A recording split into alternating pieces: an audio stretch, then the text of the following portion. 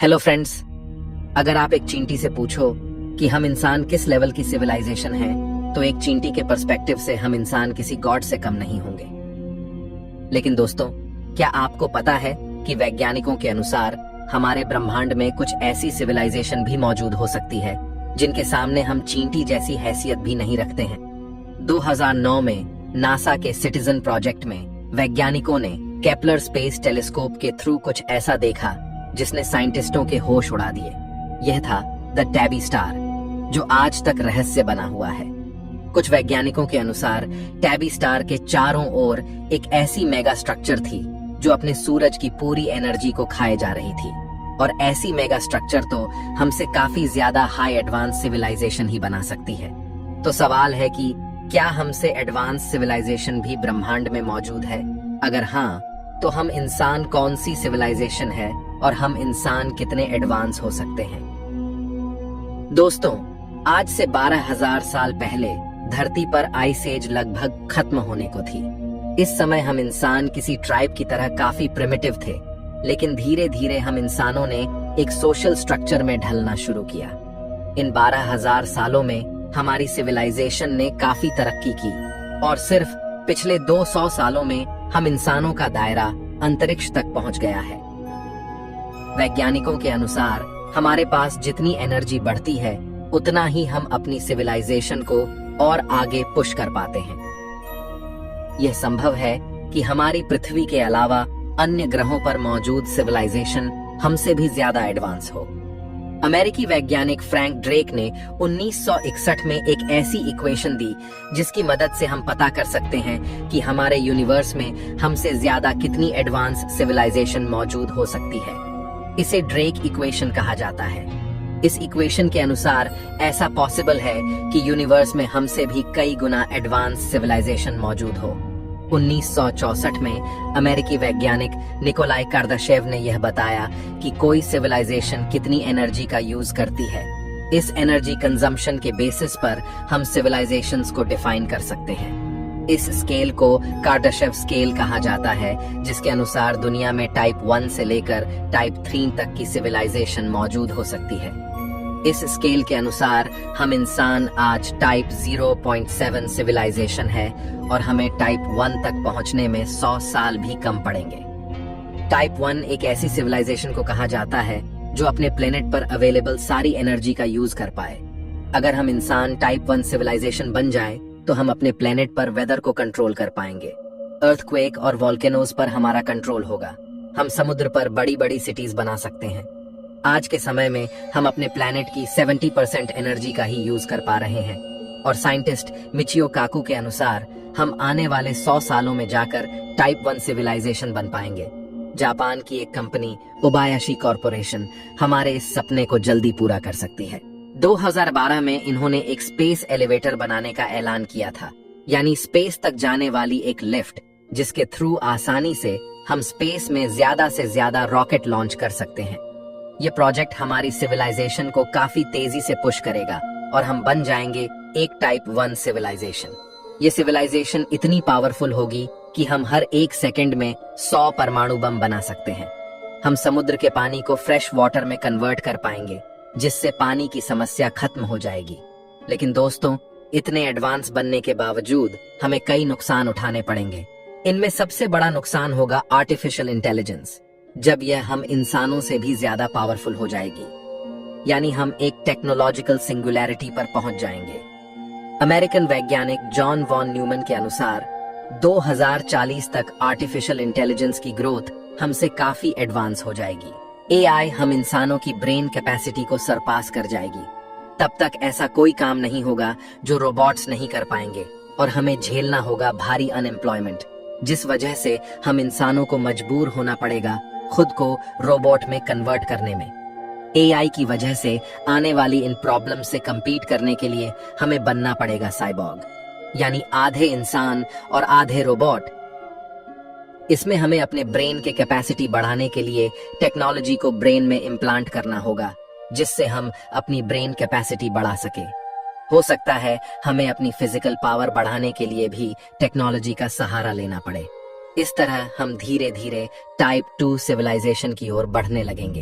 यानी एक ऐसी सिविलाइजेशन जो अपने सूरज की पूरी एनर्जी का यूज कर सके, जो टाइप 1 सिविलाइजेशन से भी 1000 गुना ज्यादा एडवांस हो। ऐसी आधुनिक सभ्यता सूरज के चारों ओर एक ऐसी स्ट्रक्चर बना सकती है जो सूरज की पूरी ऊर्जा को स्टोर कर सके। इसे डायसन स्फीयर कहा जाता है। इस मेगा स्ट्रक्चर का सरफेस एरिया धरती से 60 करोड़ गुना ज्यादा होगा। अगर हम टेलीस्कोप की मदद से किसी स्टार के चारों ओर ऐसी मेगा स्ट्रक्चर ऑब्जर्व कर पाए तो समझ लीजिए हमने एक एडवांस्ड एलियन सिविलाइजेशन को खोज लिया है। 2009 में नासा के सिटीजन प्रोजेक्ट के अंडर केपलर स्पेस टेलीस्कोप से साइंटिस्ट ने एक ऐसे स्टार को खोज निकाला जिसके चारों ओर कुछ ऐसी ही मेगा स्ट्रक्चर होने की संभावना जताई गई। ये था द टैबी स्टार। कुछ रिसर्चर्स आज भी ये मानते हैं कि इस स्टार के चारों ओर एक एलियन मेगा स्ट्रक्चर हो सकती है। अगर ये सच में एग्जिस्ट करते हैं तो इसके सामने हम इंसान एक चींटी के बराबर होंगे। एक टाइप 2 सिविलाइजेशन हवा में उड़ने वाली बड़ी बड़ी सिटीज का भी निर्माण कर सकती है। अंतरिक्ष में काफी बड़े स्पेस हैबिटेट्स भी बना सकती है जहां लाखों इंसान अपनी जिंदगी बिता सके। यह धरती से टकराने वाले किसी भी एस्टेरॉयड को पहले ही तबाह करने में सक्षम होगी। इस सिविलाइजेशन के लोग किसी भी प्लेनेट को टेराफॉर्म करके धरती की तरह हैबिटेबल बना सकते हैं, आसानी से इंटरप्लैनेटरी वेकेशंस एंजॉय कर सकते हैं। वे ऐसे एडवांस मटेरियल भी खोज सकते हैं जिनसे बनी प्रोब्स को सूरज के अंदर भी भेजा जा सके। अगर हम टाइप 2 सिविलाइजेशन बन जाए तो हमारे पास इतनी पावर होगी कि हम पूरी धरती को अपनी जगह से मूव कर सकते हैं। आज से 5 अरब साल बाद सूरज रेड जायंट बनकर फैलते हुए धरती को निगल लेगा। ऐसी सिचुएशन में हम धरती को आसानी से बचा पाएंगे। वैज्ञानिक मिचियो काकू के अनुसार हम इंसानों को इस लेवल पर पहुंचने में कम से कम 1000 साल लग जाएंगे। टाइप 2 सिविलाइजेशन बनने के बाद अब इंसान हर एक स्टार की एनर्जी को भी कंज्यूम करने लग जाएगा और ऐसा करते करते उसे 1 लाख साल लग जाएंगे अगले लेवल की नई एडवांस सिविलाइजेशन में तब्दील होने में, यानी कि टाइप 3। कुछ रिसर्चर्स के अनुसार हमारे यूनिवर्स में मौजूद कुछ एलियंस टाइप 3 सिविलाइजेशन के लेवल पर मौजूद हो सकते हैं, लेकिन वो हमें इस बारे में पता नहीं लगने देना चाहते। एलियंस की ऐसी सिविलाइजेशन इतनी ज्यादा पावरफुल होती है कि यह अपनी पूरी गैलेक्सी की ही एनर्जी को यूज कर सकती है। गैलेक्सी में मौजूद सभी तारों, न्यूट्रॉन स्टार्स और यहाँ तक कि ब्लैक होल्स की एनर्जी को भी कंज्यूम कर सकती है।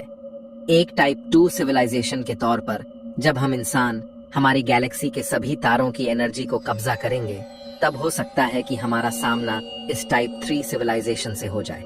ये सिविलाइजेशन इतनी पावरफुल होगी कि ये खुद से नए स्टार्स भी बना सकती है जिनसे एनर्जी प्रोड्यूस की जा सके। इस सिविलाइजेशन के पास अनंत ऊर्जा होगी जिससे वो कुछ भी मुमकिन कर सकते हैं। इस समय तक हम इंसान शायद ही बचेंगे, क्योंकि अब तक हम इंसान साइबरनेटिक्स बीइंग में तब्दील हो जाएंगे, यानी लगभग रोबोट्स की तरह। इस सिविलाइजेशन के लिए एक गैलेक्सी से दूसरी गैलेक्सी तक ट्रेवल करना काफी आसान होगा। इनके लिए अपनी बढ़ती उम्र को पूरी तरह से रोकना काफी आसान होगा और हम इंसानों की बायोलॉजिकल स्पीसी को हमेशा जवान बनाए रखना बच्चों का खेल होगा। यह सिविलाइजेशन अपनी मन मर्जी से किसी इंसान या जानवर को किसी भी रूप में इवॉल्व कर पाएगी।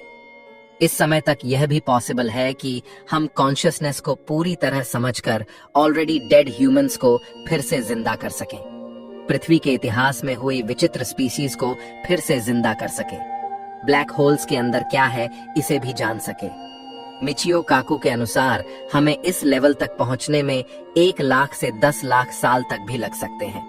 लेकिन दोस्तों, अगर हम एक टाइप 3 सिविलाइजेशन बन जाएं, तब इस सिविलाइजेशन की भी कुछ लिमिटेशंस होंगी। ये टाइम और स्पेस से बंधी होगी और धीरे धीरे टाइम बीतने के साथ यह दूसरी गैलेक्सीज की एनर्जी को भी अपने कंट्रोल में करते करते अगले लाखों सालों में टाइप 4 सिविलाइजेशन बन जाएगी। यानी इस लेवल पर आकर एक सिविलाइजेशन का कंट्रोल पूरे यूनिवर्स की एनर्जी पर होगा। इस लेवल पर आकर हमारा कंट्रोल स्पेस और टाइम पर भी हो जाएगा। अब हमारी सिविलाइजेशन टाइम और स्पेस को भी मैनिपुलेट कर पाएगी, यानी अब हम मल्टीवर्स में कहीं भी किसी भी कोने पर पलक झपकते ही पहुंच पाएंगे, क्योंकि अब हमारे पास इतनी एनर्जी होगी कि हम एक वर्म होल को बना सके, इसके थ्रू सीधे बिना कोई टाइम लगे कहीं भी पहुंच सके। इस समय तक हम लाइट की स्पीड से तेज चलने वाले स्पेसशिप भी बना पाएंगे, जिस वजह से हम टाइम ट्रेवल भी कर पाएंगे, यानी हम पास्ट में भी जा सकते हैं। हम डायनासोर्स को लाइव अपनी आंखों से देख पाएंगे, पृथ्वी और यूनिवर्स का जन्म देख पाएंगे। इस समय तक मल्टीवर्स में हमारी पॉपुलेशन आज से खरबों गुना होगी, क्योंकि अब मरना कैंसिल हो जाएगा। शायद हम हमारे एंसेस्टर्स को भी फिर से जिंदा कर पाएंगे। अगर इस समय तक हम कई एलियन सभ्यताओं से मिलते हैं, तो अब यूनिवर्स में इंटेलिजेंट लाइफ की कई हजारों स्पीसीज एग्जिस्ट करेगी। हो सकता है कि अब तक बाकी सभी जानवरों में भी इंटेलिजेंस इवॉल्व हो जाए। यह सिविलाइजेशन यूनिवर्स की सबसे मिस्टीरियस एनर्जी यानी डार्क एनर्जी का भी यूज ले सकती है। इस समय तक हर एक इंडिविजुअल ह्यूमन बीइंग भी एक प्लैनेट जितनी एनर्जी इस्तेमाल करेगा। हमारे पास पूरे यूनिवर्स का मैप होगा, जिसे हम अपने माइंड में अपलोड कर पाएंगे और किसी भी लोकेशन को एक्सेस कर पाएंगे। दोस्तों, अब जाकर हम ये देख सकते हैं कि इस लेवल की एलियन सिविलाइजेशन अगर एग्जिस्ट करती है, तो वह इतनी पावरफुल है कि वो शायद हमें कंट्रोल कर रही हो और हमें पता भी ना हो। यही चीज सोचकर साइंटिस्ट डर चुके हैं कि कहीं हम इंसान और हमारी पृथ्वी या फिर हमारे पूरे यूनिवर्स की रियलिटी ही कहीं किसी कंप्यूटर सिमुलेशन का हिस्सा तो नहीं, क्योंकि ऐसी सिविलाइजेशन इतनी सक्षम होगी कि वो इतने बड़े यूनिवर्स और हमारी लाइफ को सिमुलेट कर पाए। आज हम इंसान क्वांटम कंप्यूटर की मदद से छोटे मोटे सिमुलेशन बनाने में सक्षम है। अगर हमारे पास इतनी एनर्जी हो तो हम भी हमारी तरह एक नई दुनिया को सिमुलेट कर सकते हैं। तो साइंटिस्ट को इसी बात का डर है कि कहीं हम भी तो इसी तरह के सिमुलेशन का पार्ट तो नहीं। अगर टाइप 4 सिविलाइजेशन ऐसा कर सकती है, तो क्या उससे ऊपर भी कोई ऐसी और हाई एडवांस सिविलाइजेशन है जो और भी ज्यादा एडवांस हो?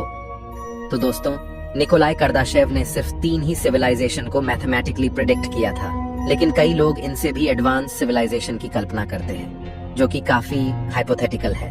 टाइप 4 से भी ऊपर टाइप 5 एक ऐसी सिविलाइजेशन हो सकती है जो अलग अलग मल्टीवर्सेस के एनर्जी को कंट्रोल कर सके और दूसरी डिमेंशंस पर भी जिनकी पकड़ हो, यानी यह सिविलाइजेशन किसी गॉड से कम नहीं होंगी। दोस्तों, इससे आगे की सिविलाइजेशंस को हम इमेजिन भी नहीं कर पाएंगे। इन सिविलाइजेशंस के बारे में हमें तभी पता लग पाएगा जब हम खुद एक टाइप 3 सिविलाइजेशन के लेवल तक नहीं पहुंच जाते। कई रिसर्चर्स इस बात को लेकर 50% संभावना जताते हैं कि हो सकता है कि हम एक कंप्यूटर के अंदर रह रहे हों, जिसे ऐसी ही किसी हाई एडवांस सिविलाइजेशन ने बनाया हो। ऐसे में आपको क्या लगता है, क्या हम इंसान किसी एलियन सिविलाइजेशन के द्वारा बनाए गए सिमुलेशन का हिस्सा है? इस बारे में और जानने के लिए आप हमारी वीडियो देख सकते हैं, जिसमें हमने वो कारण बताए हैं जो इस पॉसिबिलिटी की ओर इशारा करते हैं। तो दोस्तों, क्या वास्तव में ये सिविलाइजेशन यूनिवर्स में हो सकती है?